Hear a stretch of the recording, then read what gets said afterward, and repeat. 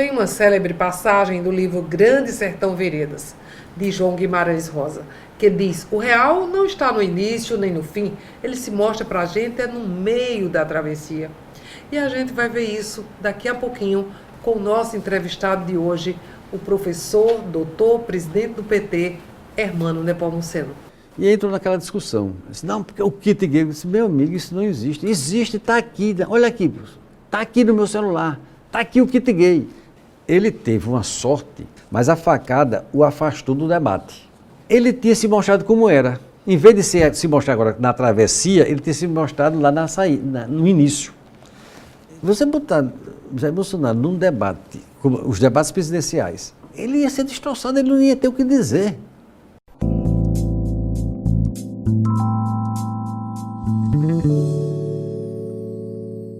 E agora, o nosso bate-papo com ele, o professor, mestre, doutor e agora presidente do PT, Hermano Nepomuceno.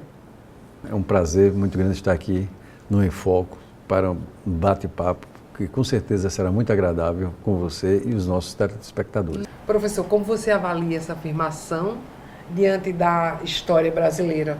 O que a travessia está nos mostrando no atual momento brasileiro? Somos levados a concordar realmente com Guimarães Rosa, né? A citação é muito original e muito profunda. Profunda, verdade.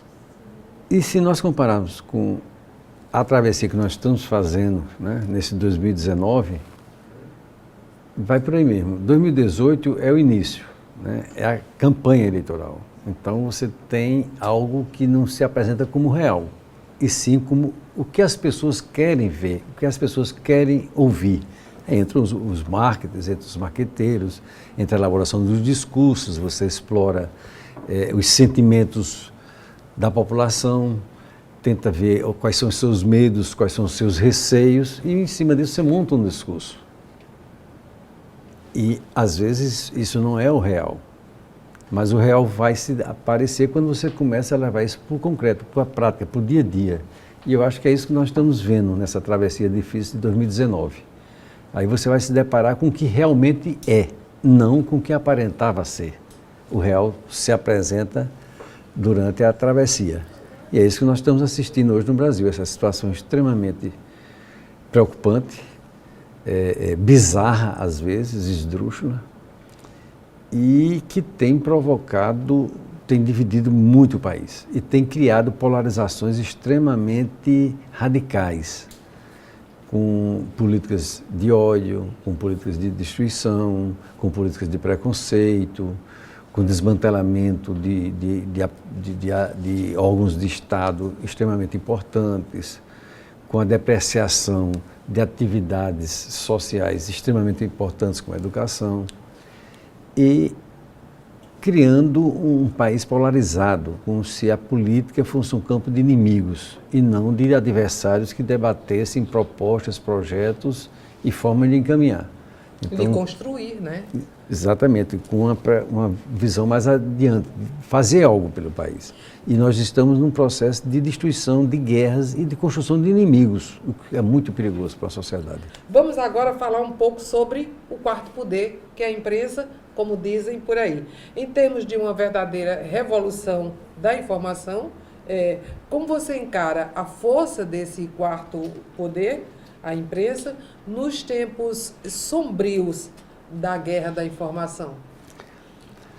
Olha, nós tínhamos até o advento da internet uma forma de expressão do poder da imprensa que se dá principalmente através da mídia escrita, né? Os jornais eram partidos políticos, como Antônio Gramsci, o italiano, colocava, né? São formadores de opinião, partido político no sentido que formava opinião, criava correntes de opinião, correntes ideológicas na sociedade, né? Então, se você era leitor do Globo, você já se identificava com certa posição. Se você era leitor da Última Hora, tinha outra visão. O leitor do Diário da Manhã, do Correio da... Sabe? Então, os jornais faziam correntes nacionais. Depois veio o advento da televisão. Mas a imprensa escrita ainda era isso aí. E isso demorava, né? Eu me lembro que a gente ia lá para a praça, para enfrentar o Capitólio, lá em Campina Grande, de noite, esperar que chegasse, em frente à Praça da Bandeira, esperar que chegasse, à noite é que chegava o Jornal do Brasil, a Folha de São Paulo, o Pasquim, né? E você passava o dia todo lendo o jornal. Hoje, o fato está acontecendo nesse exato momento, e nesse exato momento ele se transforma em notícia, através das redes sociais, através da internet, que é a grande revolução, né? Nós tivemos a primeira revolução da informação, que foi a invenção da escrita, né? A escrita cuneiforme, depois a segunda grande revolução da comunicação, que foi a prensa de Gutenberg, que popularizou o livro antes só quem podia comprar livro aqui era muito rico, porque o livro era manuscrito, levava assim, né, anos. A começar pela Bíblia, que não tinham, as pessoas não tinham acesso. Não tinham nem acesso, né? E qualquer livro você desenhava as letras, né? Um escriba você levava 12 anos para formar um escriba e ele levava 2, 3, 4, 6 anos às vezes para fazer um livro. Então o livro era uma coisa caríssima. A prensa de Gutenberg popularizou e aí criou as revoluções, o início das revoluções. E agora, no final do século XIX, do século XX, nós tivemos a internet. E aí todo mundo tem acesso, né? Eu me lembro na campanha eleitoral, eu estava fazendo campanha, como sempre, militância, e lá no bairro Zé Pinheiro, a gente estava distribuindo panfleto e o rapaz era um mototáxi. E entrou naquela discussão. Eu disse, não, porque o kit gay. Eu disse, meu amigo, isso não existe. Existe, está aqui. Olha aqui, está aqui no meu celular. Está aqui o kit gay. Quer dizer, você tem em Campina Grande milhares de professoras da rede pública municipal, centenas de milhares de professoras na rede estadual. Nunca nenhum professor, nunca nenhuma professora recebeu o kit gay. Mas se disseminou na sociedade a ideia de que existia um kit gay.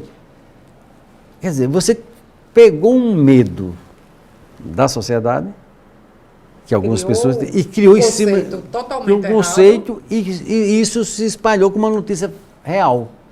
Virou o real. Mas esse real não existe, né? Esse real você só vai ver na travessia. Aí hoje você tem os problemas, né? Aumento do feminicídio, aumento das discriminações contra os homossexuais, contra a comunidade LGBT. Alguns estudiosos políticos fazem associação entre agentes públicos como peões no jogo de xadrez na política nacional. Para você, quais são as reais intenções por trás desse movimento no tabuleiro? A economia. Tem uma frase do político americano, né? O que é isso que está havendo? Que política é essa? É a economia. Quer dizer, na realidade, a política é a síntese da economia. E o que está por trás da política é a economia. Qual o plano econômico para o Brasil? Um plano neoliberal, em que você vai favorecer o rentismo, o capital financeiro, em que você vai transformar a economia brasileira numa economia de agroexportação, de exportação de produtos primários, ou um plano de desenvolvimento sustentável em que você vai estimular a produção industrial brasileira, em que você vai estimular o mercado consumidor interno, em que você vai criar um mercado consumidor nacional que sustenta a economia, o desenvolvimento da economia, claro, sem deixar de lado o exterior. Né? Então, é essa discussão. Às vezes os políticos parecem peões porque por trás deles estão interesses muito poderosos. Enquanto a economia brasileira praticamente estagnou, nunca os brancos particulares tiveram lucros tão absurdos, tão altos. Quer dizer, não houve produção industrial, pelo contrário, houve decréscimo da produção industrial. Houve retração das atividades comerciais. Não houve nenhum boom na agricultura. Pelo contrário, a agricultura familiar foi extremamente torpedeada, atacada e desmontada. Então não houve nada. Pelo contrário, a construção civil retraiu. A Aldebrecht tinha 240 mil funcionários, hoje tem 60 mil. As outras estão pedindo concordata, estão pedindo falência. Você destruiu cadeias produtivas. A cadeia produtiva do petróleo e gás foi destruída, a cadeia produtiva da construção civil pesada foi destruída, a cadeia da produção da defesa nacional foi destruída. Então, houve uma retração. Mas os bancos cresceram. Então, quais são os setores que estão atrás? Quem está atrás, por exemplo, da reforma da Previdência, que tem como objetivo final a capitalização, destruir a Previdência Social para implantar a capitalização privada? O setor financeiro. Professor, como você avalia a característica peculiar do governo Bolsonaro, que é de centralizar poderes para os filhos que não possuem cargos oficiais dentro do governo, mas mesmo assim delegam como se os tivesse. Isso pode causar um impeachment no atual governo brasileiro? O processo de impeachment tem que ser em cima de um crime de responsabilidade concreto e preciso, e não como foi no caso da presidente Dilma, né, que se montou, foi um processo mais político. E pode ser um processo político, né, como foi o caso de Collor também. Né? Pode ser que amanhã o pessoal, havendo uma formação majoritária, de uma opinião política majoritária, se faça um processo de abertura de um processo de impeachment que termine levando ao impeachment Jair Bolsonaro. Agora, a questão dos filhos é a concepção de política que ele tem. Ele não tem uma visão republicana da política. A política é uma questão familiar.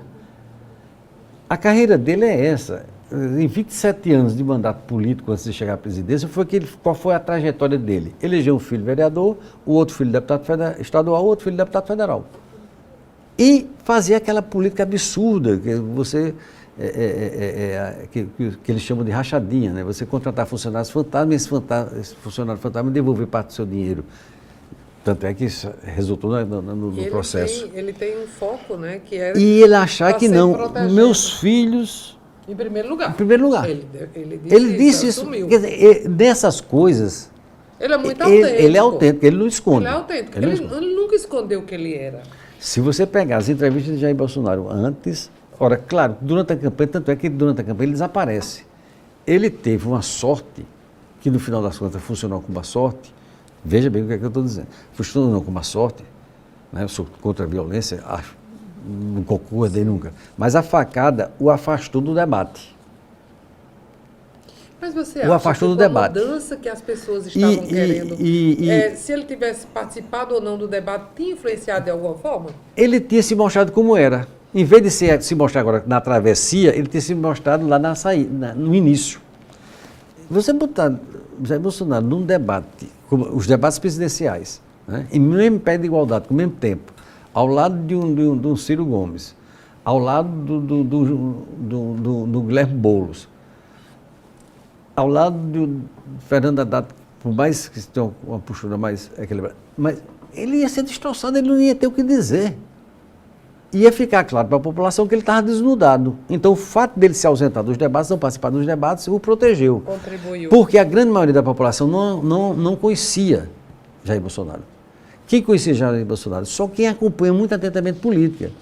Né? Mas se você lê alguma entrevista dele até de antes... não era protagonista de nada. Era o baixo clero do baixo clero. Né? Baixo ele estava interessado só em proteger a família. Como diz Reinaldo Azevedo, né? Pronto, exatamente. Então, com isso aí, ele criou essa visão. Então, ele chega na presidência da República e acha que a presidência da República é dele. Não é uma instituição. Então, se é dele, a família dele deve ter participação. Dentro ainda desse assunto, fazendo o papel de ingrato, a deputada Joyce, líder da bancada, foi removida da sua posição sem sequer ser notificada pessoalmente.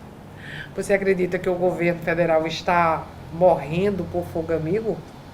Você só vai responder essa pergunta no nosso próximo bloco. Nós vamos para um pequeno intervalo, voltamos daqui a pouquinho com mais o professor, doutor e presidente do PT, Hermano Nepomuceno. Voltamos daqui a pouquinho, não saiam daí.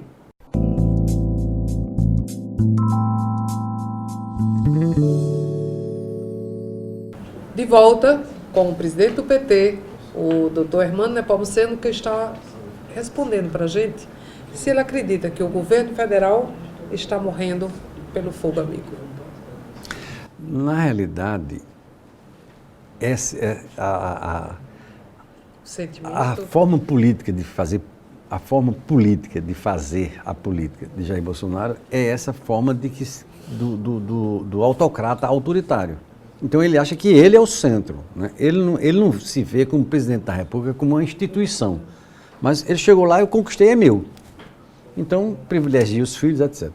E passa a tratar o partido como uma repartição dele. Como a casa dele. Uma casa dele. Então você tem hoje as eleições de 2020 estão sendo jogadas agora, as primeiras estratégias, os primeiros ensaios estratégicos. E um deles principal é o fundo eleitoral. Então são bilhões. A disputa com o Bivar É uma disputa Vazamento. para quem vai controlar o fundo eleitoral. E isso está repercutindo por todo o partido. Então, Joyce queria ser a candidata a prefeita, lá de São Paulo. Ele optou por prestigiar a Datena. Então, já criou ela se acha bolsonarista de primeira linha. Até porque ela defendeu veementemente, Desde o começo. Né, o governo dele. Com Foi muita força. vazado um áudio de uma conversa do deputado federal do PSL aqui da Paraíba, que foi fazer uma intervenção em Aracaju. Quando a pessoa assiste o áudio, a pessoa diz isso, mas eu estou aqui desde o começo, eu enfrentei tudo, e você agora quer trazer um candidato que não teve nada a ver com isso, que inclusive apoiou Lula livre? Ele disse, não, mas vai ser assim, porque nós queremos que seja assim. E ela fez uma crítica no jornal, bem veemente, assim, bem forte, e ela disse, é o jeito Bolsonaro dele ser. Mas ele é a pretensão a ser o ditador, a ser o Mas pela primeira autoritário. vez ela se rebelou, ela falou, não politicamente, não com eufemismo. Foi direto ao assunto. Ela foi direta. Ela disse, é o jeito Bolsonaro de ser. Porque bateu nela. Diante das graves crises geradas internamente por questões de posicionamentos políticos, controvertido do novo governo, a política nacional e o presidente Bolsonaro passaram a estar nos holofotes mundiais, notadamente em relação à proteção ambiental, principalmente essa. Qual a sua opinião sobre esse assunto?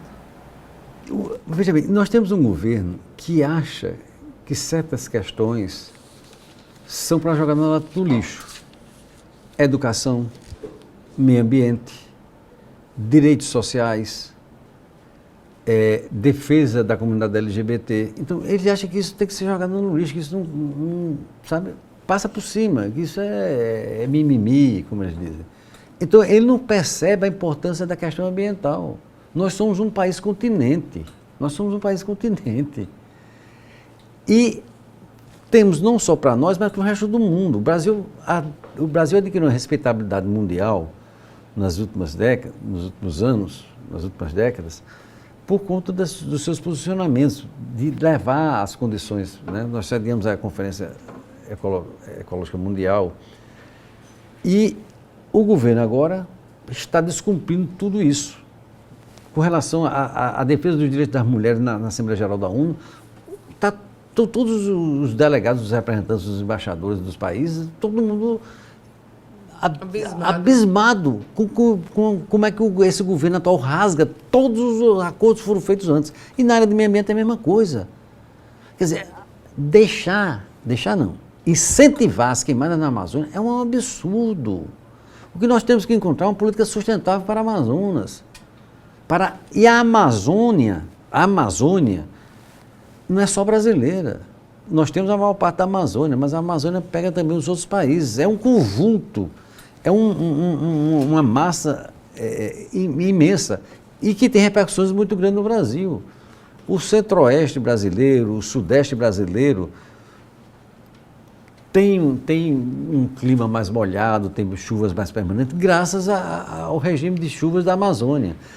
Agora nós estamos assistindo esse desastre nas praias do Nordeste. É exatamente isso que eu ia falar agora para você. O governo faz o quê, Miriam? Desmantela o IBAMA, persegue os funcionários do IBAMA, quer derrubar a legislação de proteção ambiental e não toma ações. Havia um plano de prevenção já montado, previsto para o caso de vazamento de petróleo na costa brasileira, porque nós temos reservas de petróleo, há um trânsito grande de navios petroleiros. Essa vai ser a nossa pergunta do intervalo, então eu vou aproveitar para fazê-la na íntegra, e aí a gente vai para o intervalo e na volta você responde. Recentemente, presidente, praticamente todo o litoral nordestino foi afetado pelo grande derramamento de óleo vindo de navios que ainda estão sendo rastreados pelos órgãos competentes para ser descobertos. Além das grandes perdas de vidas marinhas, afetando fortemente a economia pesqueira e o turismo. Após o episódio desses incêndios amazônicos, já havia ficado mais que comprovado que a população não deseja palavras, mas sim ações, atitudes. Ao invés disso, novamente, mais uma vez, o governo federal se manteve em especulações. Nesse caso, as declarações mais recentes do presidente questionaram exatamente o derramamento do óleo, suspeitando que havia uma tentativa de prejudicar o leilão no setor. Qual a sua posição sobre esse assunto? Mas você só vai responder isso no nosso último bloco. Nós vamos para um pequeno intervalo, voltamos daqui a pouquinho. Vamos para um pequeno intervalo, voltamos daqui a pouquinho com mais o presidente do PT, Hermano Nepomuceno. Não saiam daí, a gente volta já já.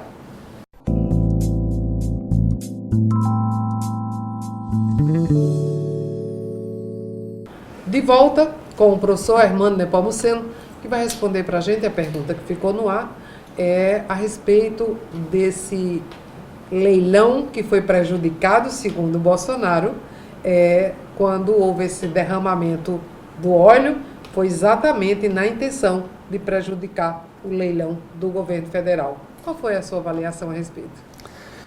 Bom, mais uma vez, é a criação do inimigo. A política de Bolsonaro é você polarizar, você dividir e se tornar referência, como você mesmo dizia, né? Tem um certo aspecto aí narcisístico nisso aí. Então, é algo que está sendo feito contra ele, né? É um inimigo que eu crio. Então, a culpa não é minha, porque os órgãos ambientais não tomaram as decisões em tempo hábil porque eu desmantelei o sistema ambiental brasileiro. A culpa não é minha por isso. A culpa é de alguém externo que chegou e fez isso. Mesmo sem você ter provas. Ele está sendo avaliado. As primeiras declarações que ele disseram, não, foi a Venezuela que mandou fazer isso. Aí agora já descobriram tambores com a logomarca da Shell, né? Que a Shell já se defendeu, que não tem nada a ver. O petróleo, pela identificação dos laboratórios da Petrobras, é um petróleo da Venezuela, só que transitam centenas, milhares de petroleiros na área. Então estão tentando descobrir, você não sabe ainda o que foi. O que está claro é que nós desmontamos o sistema de vigilância ambiental e de proteção ambiental que resguardava nossas praias. E por isso que está esse desastre. Ele é frágil. É frágil e foi mais fragilizado ainda pelo governo, porque é a política de destruir. Desmantelou as equipes do IBAMA na região da Amazônia, desmantelou os postos de fiscalização, permitiu, portanto, as queimadas, incentivou pela fala de que os fiscais do IBAMA só seguiam para aplicar multas, né? Todas essas coisas incentivaram. Da mesma forma que desmantelou o sistema. Você acredita que o Brasil não tem mais oposição? Não é uma oposição coesa, que muitos segmentos dizem que o Brasil não tem mais oposição, que se realmente tivesse uma oposição ideológica, essas coisas não estariam acontecendo? Olha, são duas coisas, né? O desgaste do governo, na realidade, quem está fazendo é o próprio governo. São as suas ações que estão fazendo se desgastar. Né? Na travessia, ele está se desnudando. E a opinião pública está começando a perceber isso aí. O seu autoritarismo, a sua truculência, a sua arrogância, o seu descaso com os direitos sociais, com o patrimônio nacional. Isso é uma coisa. Por outro lado, a oposição até hoje não conseguiu afinar um discurso único. Você tem no campo da oposição o PT, o PSB, o PDT, a Rede, o PSOL, a UB, vários partidos da oposição e várias instituições, mas ela não consegue definir uma plataforma única. Então fica fragmentado, então diminui o seu peso. Então praticamente essa oposição parece não existir. Quando você vai para a votação no Congresso, ela é tratorada, atropelada. Com a recente eleição para a presidência do Partido dos Trabalhadores na cidade de Campina Grande, o que esperar de Hermano Nepomuceno e do PT nesses próximos meses e nas eleições que se aproximam? Deveria ser o assunto que a gente poderia ter iniciado, mas eu fiz questão de trazer esse assunto no final, para que até você tivesse um pouquinho mais de tempo, apesar da gente já ter consumido antes, mas para falar sobre isso. E eu aproveitar a oportunidade, eu gostaria de aproveitar para saber por que PT, porque essa Opção. essa opção e por que assumir esse desafio tão grande em um momento tão delicado que o partido se encontra, um momento complexo? Por que assumir esse desafio? O que lhe impulsionou para assumir esse desafio? Olha, eu milito, faço militância no sentido político desde que eu entrei no Colégio Estadual da Prata, comecei a participar do Grêmio em 1968, ainda com 15 anos de idade. Não estava vinculado a um partido, mas estava vinculado a um sentimento de defesa, de tentar recuperar a democracia brasileira. E passei aí minha adolescência, juventude e o início da minha fase de adulto, né? 21 anos de ditadura militar. E depois tomei minhas opções partidárias, né? Na época do MDB e Arena, eu fui para o setor jovem do antigo MDB. E depois eu me vinculei a um partido. Quando esse partido a que eu estava vinculado, inclusive fui presidente estadual, rompeu com o governo Lula e passou para o lado do campo da política neoliberal, então eu saí. E depois tomei a decisão, disse, bom, eu não concordo com isso. O que eu estou vendo aqui que o governo Lula está realizando é um projeto de desenvolvimento nacional sustentado, respeitando a democracia, com participação de todos, etc. Então, minha opção foi pelo PT. E entrei no PT já nessa fase final. Não entrei no PT nem na fase de construção, nem na fase do auge do governo de Lula.